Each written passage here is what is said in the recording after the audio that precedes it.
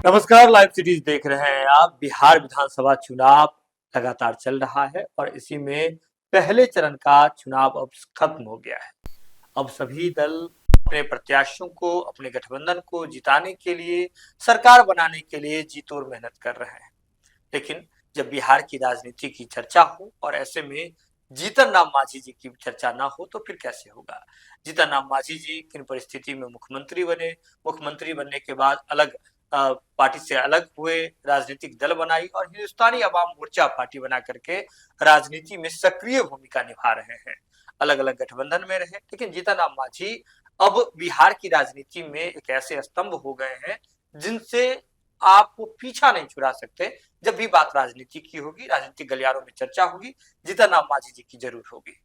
2020 के विधानसभा चुनाव में जीतन राम मांझी जी की पार्टी हिंदुस्तानी अवाम मोर्चा सेकुलर को 7 सीटें मिली थी, जिसमें से उनकी पार्टी ने प्रदर्शन करते हुए 4 सीटों पर विजय भी हासिल किया था।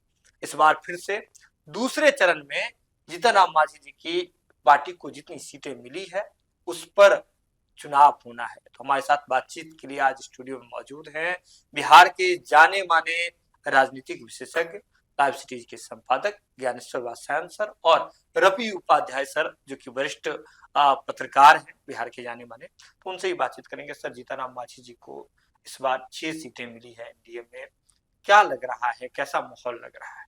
देखिए, जीतन राम मांझी की पार्टी हम पार्टी को 6 सीटें मिली और सभी 6 सीटों पर, चाहे वह सीट सिकंदरा की हो, चाहे टेकारी हो, चाहे अत्री हो, चाहे बाराचट्टी हो, इमामगंज हो या कुडुम्बा हो, दूसरे चरण में चुनाव है, मतलब 11 नवंबर को।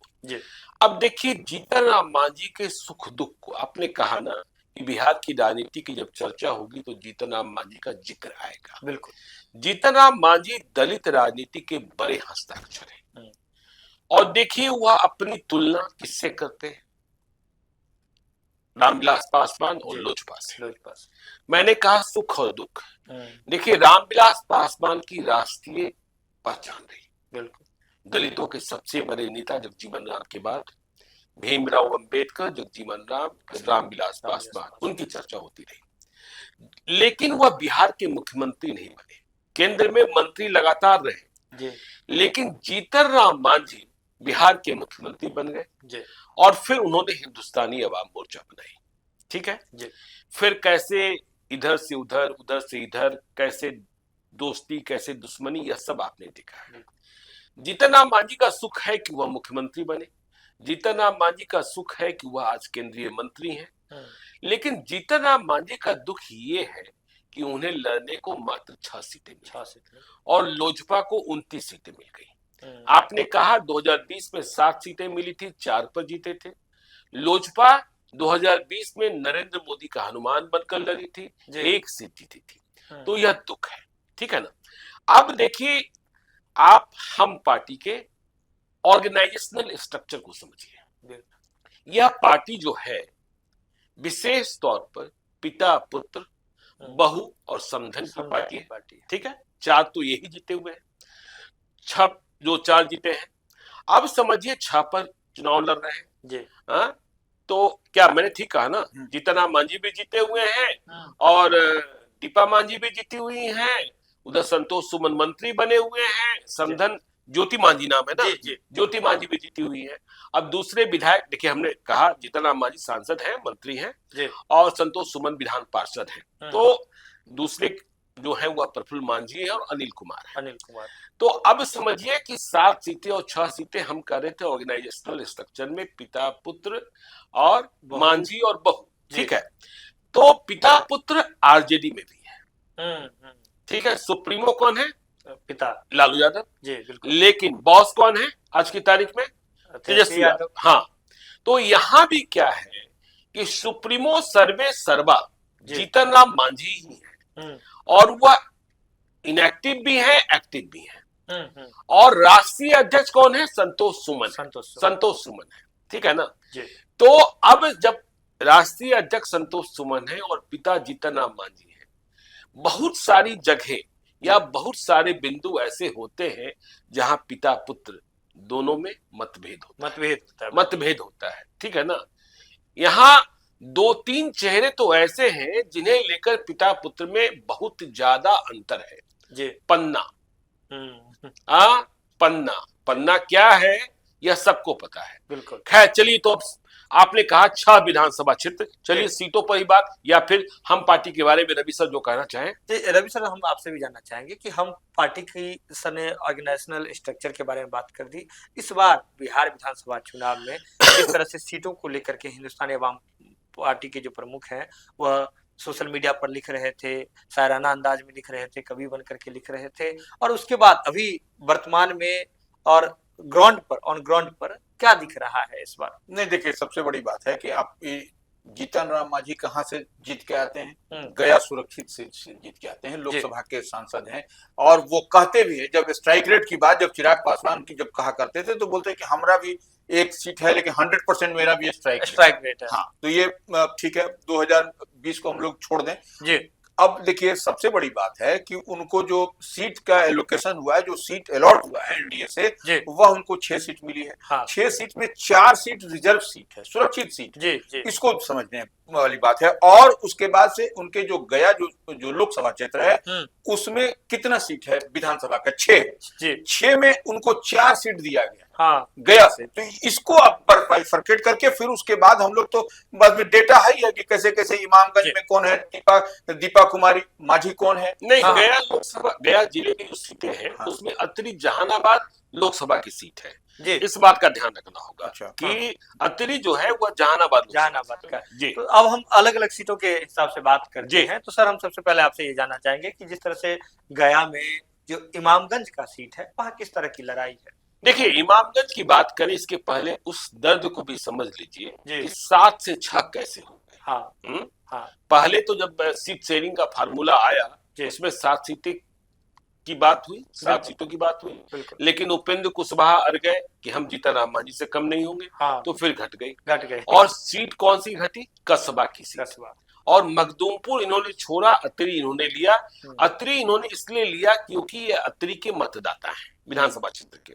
कसबा में राजेंद्र यादव को इन्होंने 2020 में चुनाव लड़ाया था, जो तीसरे स्थान पर रहे थे। ठीक है, अफाक आलम चुनाव जीते थे और इनके उम्मीदवार वहां एलजेपी दूसरे स्थान पर था। तो कसबा की सीट एलजेपी के खाते में चली गई और वहां मेफेयर होटल वाले बड़े ही पूंजीपति पे नितेश सिंह, उन्हें एलजेपी ने उम्मीदवार बनाया है। तो 7 से 6 पर आना इनकी कसक। ऐसा नहीं था कि इनके पास उम्मीदवार नहीं थे, इनके पास भी बोरा वाले बहुत थे। आपने देखा होगा सिमरी बख्तियारपुर के एक संभावित दावेदार उम्मीदवार ऐसे थे जो हेलीकॉप्टर छोड़ दीजिए, मतलब निजी एयरक्राफ्ट से जीतन राम मांझी को दिल्ली ले जा रहे थे, प्राइवेट जेट से। मोरमा में एक उम्मीदवार थे बीके सिंह, उनके लिए कई बार हेलीकॉप्टर उड़ा। तो उम्मीदवार इनके पास थे। लेकिन अब अमित शाह जानते ही हैं, मुकेश सहनी ने कहा था कि जब आप अमित शाह के सामने होते हैं तो आपका आधा प्राण जो है वह अपने भीतर समाहित कर लेते हैं। तो आपने कहा इमामगंज। देखिए, मैं 6 विधानसभा क्षेत्रों में मानता हूं कि इमामगंज और टेकारी 2 विधानसभा क्षेत्र ऐसे हैं। इमामगंज में जीतन राम मांझी की बहू दीपा मांझी चुनाव लड़ रही है। तो दीपा मांझी संतोष सुमन की पत्नी उपचुनाव में चुनाव जीती थी, तो फिर से वह चुनाव जीत सकती है। मतलब हम कह सकते हैं कि इमामगंज और टेकारी में हिंदुस्तानी अवाम मोर्चा के प्रत्याशी आज की तारीख में सुरक्षित अवस्था में दिखाई पड़ रहे हैं। इमामगंज में जनता दल, राष्ट्रीय जनता दल ने प्रत्याशी बदल दिया। इस बार उम्मीदवार बनाया गया है ऋतु प्रिया चौधरी को ना। बिल्कुल, ऋतु प्रिया चौधरी को बनाया गया है जो आर्किटेक्ट है, ठीक है ना। और जनसुराज ने भी उम्मीदवार बदला। जनसुराज से उम्मीदवार डॉक्टर अजीत कुमार। तो देखिए, यहाँ अब आपको याद होगा कि जब उपचुनाव हो रहा था तो जीतन राम मांझी और संतोष सुमन निवेदन करते रह गए थे, चिराग पासवान अपील प्रचार को नहीं गए थे। अब आम चुनाव है और बिहार में 243 विधानसभा क्षेत्रों में चुनाव हो रहे हैं। मतदाता जो एक दूसरे के भीतर रखे हुए हो, मतलब चिराग पासवान के वोटर और जीतन राम मांझी के वोटर, लेकिन इस चुनाव में दोनों एक दूसरे के विधानसभा क्षेत्रों में चुनाव प्रचार के लिए जा रहे हैं। तो वहां जो है इमामगंज में प्रशांत किशोर को भी इतनी फुर्सत नहीं है, क्योंकि आपको याद होगा कि उपचुनाव में प्रशांत किशोर ने इतने मत काट दिए थे। जी। तो दीपा मांझी ठीक ठाक अवस्था में है। और टिकारी में देखिए, टिकारी विधानसभा क्षेत्र में आपको पता है कि भूमियारों का दावा था। 172 या 74 कांग्रेस के भीतर लोगों ने आवेदन दिए। हाँ, अधिकांश भूमियार थे। पिछली बार भी 2020 में सुमंत कुमार अनिल कुमार से बहुत ही कम मतों से, करीब 2,000-2,500 मतों के अंतर से चुनाव हारे थे। तो भूमियार यह मान रहे थे कि हम लड़ेंगे टेकारी में। बहुत नाम चल रहा था अखिलेश सिंह के बेटे का, आकाश कुमार सिंह या पूर्व मंत्री रामजतन सिन्हा का। जो भीड़ थी उसमें सबसे आगे इन्हीं का नाम, प्रबल दावेदार। लेकिन स्थितियां परिस्थितियां बदली। स्थितियां क्या बदली कि जगदीश शर्मा को ले आए थे लालू यादव। घोसी की सीट माले ने खाली नहीं की, तो जगदीश शर्मा के बेटे राहुल शर्मा को लड़ाना पड़ा जहानाबाद से राहुल शर्मा को टिकट दिया गया। तो जहानाबाद से बेटिकट हुए सुदय यादव। अब सुदय यादव को बेटिकट करके घर बैठाना संभव नहीं था, तो उन्हें भेज दिया गया कुर्था। बागी कुमार वर्मा का टिकट काटा गया। तो बागी कुमार वर्मा का टिकट काटा गया, तो सुदय यादव कुर्था से लड़ रहे हैं। तो डांगी को कहीं ना कहीं से लड़ाना था। तो कांग्रेस ने वह सीट छोड़ी या लालू यादव ने ले ली। टेकारी में अजय कुमार डांगी, आरजेडी से अजय कुमार डांगी उम्मीदवार बने हुए हैं। शशि कुमार जनसुराज से, ठीक है, शशि कुमार यादव है, ध्यान रखिएगा। तो वहां अनिल कुमार और अजय कुमार डांगी की आमने सामने की लड़ाई। और पिछले दिनों आपने देखा कि किस तरह एक यादवों की बस्ती में अनिल कुमार पर हमला हुआ। अनिल कुमार पर हमला हुआ, पथराव हुआ, पुलिस को फायरिंग करनी पड़ी, अनिल कुमार को भी चोटें आई, इसके बाद गिरफ्तारियां हुई। तो वहां वोटों का जो गिरोह, मतलब है गिरोह ना कहे, लामबंदी हो गई, ठीक है ना। हाँ, तो लामबंदी हो गई है जाति आधार पर। तो इस कारण से अनिल कुमार सुविधाजनक स्थिति में है। भूमियार बिल्कुल एकमत हो गए, और जो अति पिछड़ी जातियों का मत है वो, तो इसलिए ये दो उम्मीदवार मुझे सहज और सामान्य भाव से आगे दिख रहे हैं। वैसे चुनाव नीतीश कुमार का अति पिछड़ा वोट तो है ही। बाकी रवि सर बताएंगे कि अनिल कुमार हिंदुस्तानी आवाम मोर्चा के प्रदेश अध्यक्ष भी है, सिटिंग एमएलए भी है। तो ये एक बड़ी बात। और सिर्फ इमामगंज में भी जो दीपा मांझी सिटिंग एमएलए है, उपचुनाव जीत करके आई थी। तो ये दो चीज दिखाई पड़ रहा है हमको। लेकिन फिर हम लोग आते हैं बाराचट्टी की बात। बाराचट्टी वह सुरक्षित सीट है। इससे पहले भी इमामगंज भी सुरक्षित सीट है, तो बाराचट्टी भी सुरक्षित सीट है, जहां से श्रीमती ज्योति देवी लड़ रही है। यह भी जो है सो उन्हीं के परिवार से, उन्हीं के परिवार से हैं। तो यह देखिए, सीट में जो बंटवारा हुआ, दीपा मांझी, उनकी पुत्रवधू और उनकी समधी लड़ रही है, ज्योति देवी लड़ रही है, जो बाराचट्टी सुरक्षित सीट से लड़ रही है। यहाँ पर भी देखिए लड़ाई है। यहाँ पर लड़ाई आपको हेमंत कुमार है जनसुराज के, बिल्कुल, और राष्ट्रीय जनता दल के हैं तनुश्री कुमारी, यह भी महिला को दिया है, तनुश्री कुमारी को। तो यहाँ पर लड़ाई है। यहाँ पर अब ये पता चलेगा कि कैसे लड़ाई। देखिए, घेराबंदी यहाँ पर भी ज्योति कुमारी की गई है, ज्योति मांझी। अब देखिए, बाराचट्टी जो सुरक्षित सीट है, तो यह सब जो भी है सब सुरक्षित दावेदार। लेकिन सर, जिस तरह से जैसे ज्योति मांझी की बात कर लें, उन पर जो हमला पिछले दिनों में हो रहा है लगातार, तो ऐसे क्या लगता है कि इससे ये एक हमला, देखिए ज्योति मांझी से लोग सवाल पूछ रहे थे, बिल्कुल, और ज्योति मांझी के खिलाफ एंटी इनकम्बेंसी की जानकारी जीतनराम मांझी और संतोष सुमन को भी थी। और कई बार यह चर्चा चल रही थी कि ज्योति मांझी की सीट बदल दी जाएगी या उन्हें बेटिकट कर दिया जाएगा, और दीपा मांझी चुनाव लड़ने को आ जाएगी यहाँ, ठीक है ना, बाराचट्टी। लेकिन यह संभव नहीं हो पाया। तो ज्योति मांझी के खिलाफ एंटी इनकम्बेंसी है, इस बात को आपको मानना होगा। और इस बात को भी आपको मानना होगा कि जब कांग्रेस, आरजेडी, माले, अब तो मुकेश सहनी और आईपी गुप्ता भी, जब ये सब एक हो गए हैं, तो स्थिति ज्यादा मजबूत हो जाती है। ज्योति मांझी इस बार कठिन लड़ाई में फंसी हुई है। जी। तो ज्योति, मतलब ऐसा लग रहा है कि बाराचट्टी जो है हिंदुस्तानी अवाम मोर्चा के लिए इस बार थोड़ा मुश्किल का, मैंने कहा ना, 6 में 2 सीटें जो है ना, 2 सीटें, 2 सीटें ऐसा लग रहा है कि ये 2 सीटें तो कम से कम जीत ही रहे हैं। हाँ। अब तीसरा, चौथा, पांचवा, छठा, इसकी संभावनाएं कैसे बनती है, कैसे बिगड़ती है, यह देखने की बात होगी। जी, तो आगे गया जिले में ही हम बात करें अतरी सीट की सर, तो अतरी सीट का कैसा क्या देखिए, माहौल है? अतरी सीट से रोमित कुमार को उम्मीदवार हिंदुस्तानी अवाम मोर्चा ने बनाया है। वहां पर भी देखिए जनरल सीट है अतरी, तो अतरी में रोमित कुमार को बनाया, तो वहां से शैलेंद्र कुमार जनसुराज से हैं, वहां प्रत्याशी हैं वहां पर, और बैजंती देवी आरजेडी से हैं। तो देखिए, बैजंती देवी को लोग नहीं जानता होगा, बैजंती देवी के पास भी वोट है और वो आरजेडी के प्रत्याशी हैं। और जनसुराज वहां पर जब जनरल सीट से उम्मीदवार दिए हुए, तो जनसुराज देखिए प्रशांत किशोर को लोग कमतर करके आंक रहा है, वह उनका एक ही टैगलाइन अर्श पर या फर्श पर लोग बोल रहा है। हाँ। लेकिन प्रशांत किशोर को हल्के में लेने की जरूरत नहीं है, उनके जो भी प्रत्याशी हैं वह टेस्टेड हैं, और जितना वोट जनरल सीट पर अपने पाले में लाएंगे वही आपको मार्जिन, हमको लगता है ज्ञानेश्वर जी, आपको उलट पुलट करता हुआ दिखाई पड़े। नहीं, ऐसा है सुमन कि बैजंती देवी जो आरजेडी के प्रत्याशी हैं, वह अनाम नहीं है, गुमनाम नहीं है। जो मौजूदा विधायक है जिनका टिकट तेजस्वी यादव ने पूछ कर काटा है, ठीक है, हाँ, पूछ कर काटा, जीते हुए विधायक, ठीक है ना, उनकी भाभी है ये, ठीक है ना, उनकी भाभी है।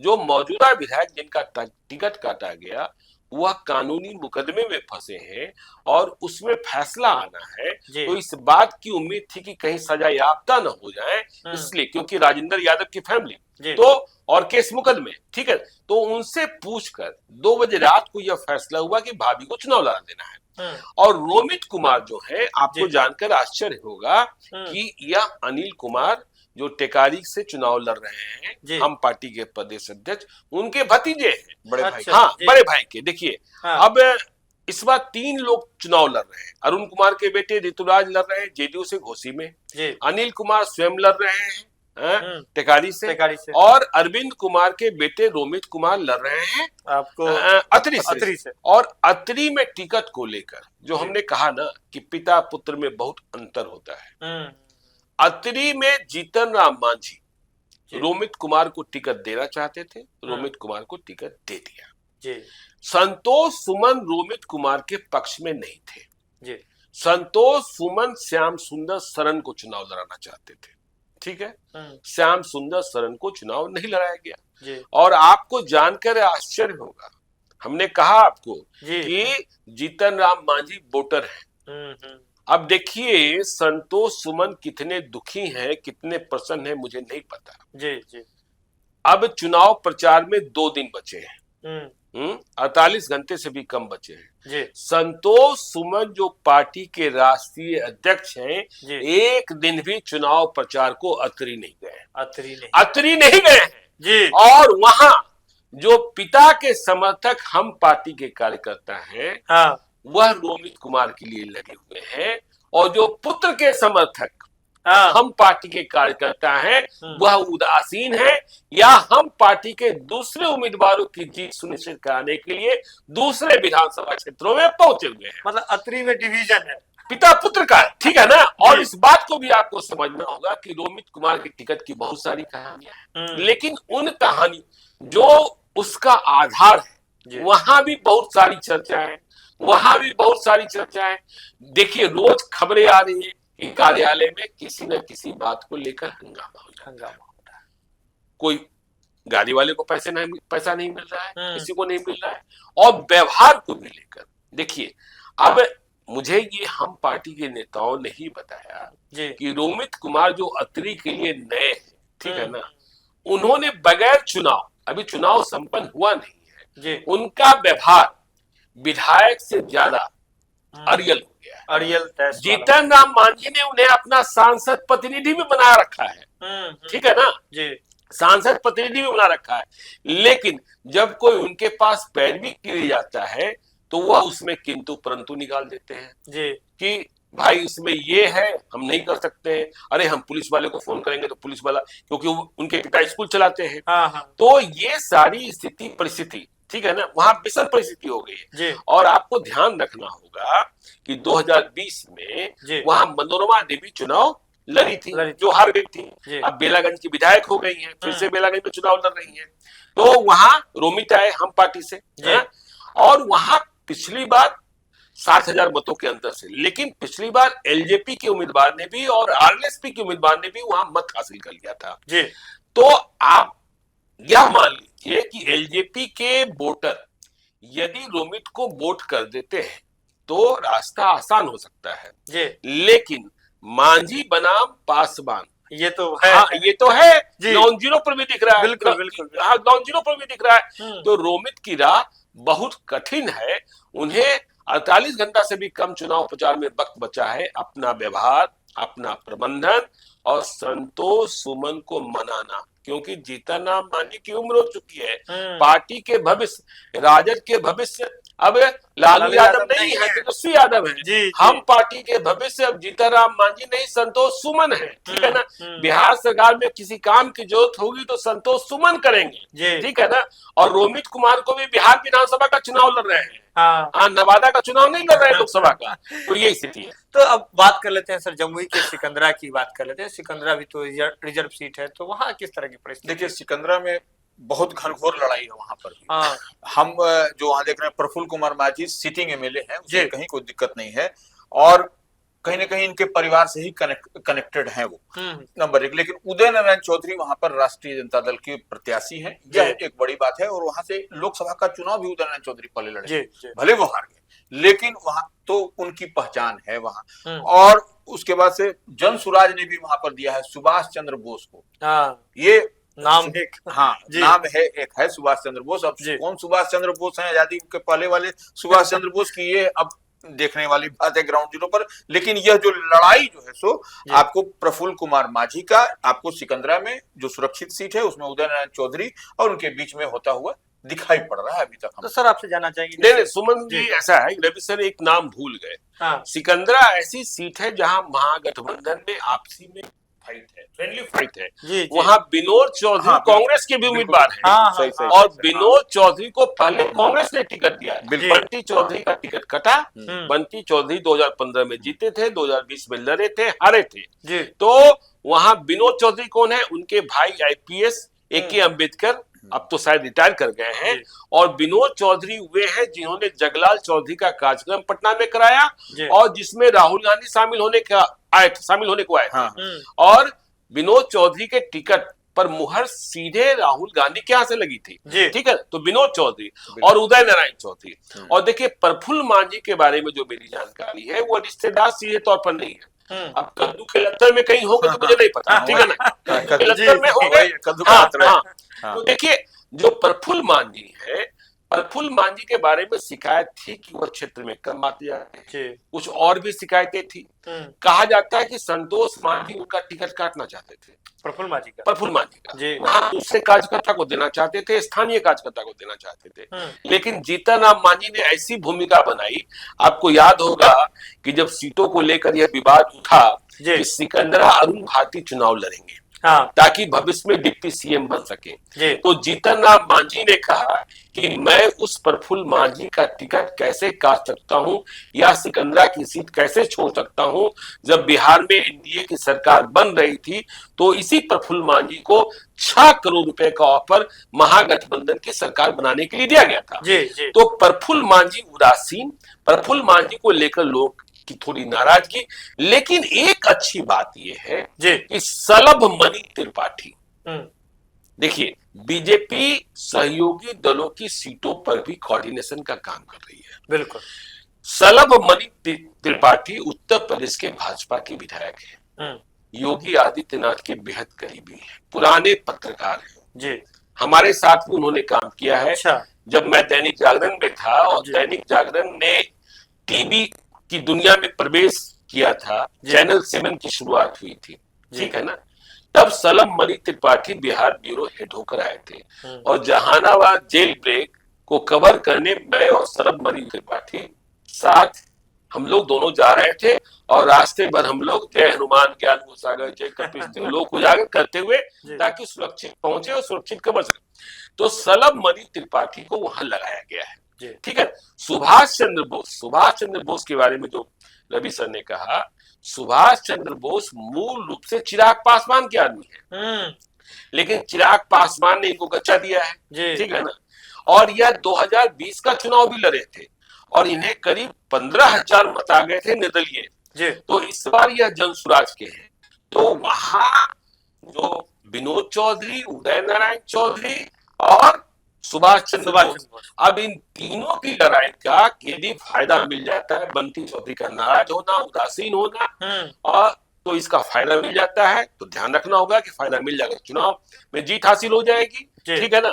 और नहीं तो यह भी फंसे हुए हैं, उदय नारायण चौधरी से ही लड़ाई होगी, मुझे इस बात की संभावना लग रही है, क्योंकि वहां यादव मतों का मतलब ठीक ठाक संख्या है। लेकिन ज्ञानेश्वर जी एक बात है कि यह जो जमुई जो लोकसभा सीट है, यह तो अरुण भारती का सीट है, उससे पहले चिराग पासवान का, और जो माझी में और जो इस तरीके से जो लोक जनशक्ति पार्टी में जो टक ऑफ वार जो हो रहा था, तो उसके कारण तो कुछ न कुछ तो उसका इम्पैक्ट वैसे भी तो सुभाष चंद्र बोस तो पासवान खड़े ही है ना, पासवान को तो वहां विकल्प मिला ही हुआ है। हाँ, तो मैंने वही अब देखना पड़ेगा कि किधर वोट इधर से, एक मांझी है, दो चौधरी, एक पासवान है, हाँ, तो वही उसी और हम कहना, हमारा इशारा वही पूरे तरीके से फंसा हुआ है। तो सीधे तौर पर अब औरंगाबाद पे चलते हैं सर। हम औरंगाबाद अभी सर आपसे जानना चाहेंगे, औरंगाबाद में कुटुंबा बहुत ही इंपोर्टेंट सीट है, रिजर्व सीट है, और कुटुंबा की चर्चा बहुत ज्यादा हो रही है। तो इस चर्चा में एनडीए क्या वहां बाजी मार पाएगी, और खासकर हिंदुस्तानी अवाम मोर्चा क्या बाजी मार पाएगी? नहीं, वहां से हिंदुस्तानी अवाम मोर्चा के ललन राम प्रत्याशी हैं जो जीतन राम मांझी की पार्टी से, और कुटुंबा भी रिजर्व सीट है, वहां से राजेश राम प्रदेश अध्यक्ष कांग्रेस है। ये आप देख भी रहे थे, कहा जा रहा था उनको शिफ्ट किया जाएगा, ऐसे किया जाएगा, लेकिन अंतोगत्वा वह कुटुंबा से ही उनको दिया गया। लेकिन अब वहां जनसुराज भी है, श्याम बली राम है वहां से, श्याम बली राम है। तो अब देखिए, अब कुटुंबा में क्या होता है, सब रामे राम का टक्कर है। यहाँ कुटुंबा में जितने प्रत्याशी हमको दिखाई पड़ रहे हैं, राजेश कुमार उभी राम है, ललन राम उभी है, आपको श्याम बली राम। अब तो राम का कितना वोट है वहां, लेकिन तब है कि अब कोऑर्डिनेशन, जो बात हम लोग कहते हैं कि एनडीए और महागठबंधन में, तो वो एनडीए और महागठबंधन का वोट अगर यदि इम्पैक्ट होकर पड़ेगा, तब पूरी तरीके से तब आपको राजेश राम निकलते हुए दिखाई पड़ेंगे। महागठबंधन एनडीए का वोट, हाँ, एनडीए का वोट में विभाजन हो और महागठबंधन का वोट एकजुट रहे, अगर यदि उसमें डिवीजन होगा तब फिर जो है सो पेज फंसेगा यहाँ। तो ये नहीं, मेरा मानना ये है, देखिए यदि 7 दिन पहले चले, हम कुटुंबा की जानकारी ले रहे थे, आप भी गए थे कुटुंबा? आप कुटुंबा गए थे। 7 दिन 8 दिन पहले तक राजेश राम बहुत अच्छी स्थिति में नहीं थे, हाँ, नहीं। लेकिन 7 दिनों में उन्होंने बहुत गेन किया है, और कुटुंबा में यह सबको पता चल गया कि यदि मेरा विधायक राजेश राम होता है, जिससे सीधे राहुल गांधी का बर्खास्त प्राप्त है और महागठबंधन की सरकार बनती है, तो राजेश राम बिहार के डिप्टी सीएम हो सकते हैं। यह बड़ी बात उनके पक्ष में जा रही है, ठीक है ना। तो राजेश राम गेन करते हुए, और वह गिला शिकवा, यदि राजेश राम को नुकसान पहुंचाने की कोशिश आरजेडी वालों ने की, तो कई दूसरे विधानसभा क्षेत्रों में राम नुकसान पहुंचाएंगे। राजेश राम की एक पहचान बन गई। और देखिए, यह जो ललन भुइयां, इनकी स्थिति क्यों गड़बड़ हुई, अब देखिए महागठबंधन क्या कर देगा, अंत में क्या होगा मुझे नहीं पता। ललन भुइयां की पहचान वहां ये है कि ये मूल रूप से वहां राजपूतों की राजनीति करते हैं। हाँ, राजपूतों की, आप गए थे ना, मुझे पता है, मैं गया था। हाँ, तो लोग अक्सर ये बात कह रहे थे। हाँ, 2-3 चीज जो अभी आपने कही कि हम फ्यूचर के, हम विधायक नहीं चुन रहे हैं, फ्यूचर के डिप्टी सीएम को चुन रहे हैं। और राजेश राम के जो परिवार की जो चर्चा है, वो उन्होंने इस क्षेत्र में ये किया, उनके परिवार के लोगों, उनके पिता दिलकेश्वर राम बिहार के स्वास्थ्य मंत्री हुआ करते थे, कांग्रेस के बड़े नेता थे। तो सबकी चर्चा लोग कर रहे थे वहाँ। और ललन भुइयां के बारे में वहाँ आपको खबर दी जाएगी कि वह राजपूतों की राजनीति करते हैं। कहीं से सुशील कुमार सिंह का भी किसी न किसी रूप में जिक्र आ जाएगा।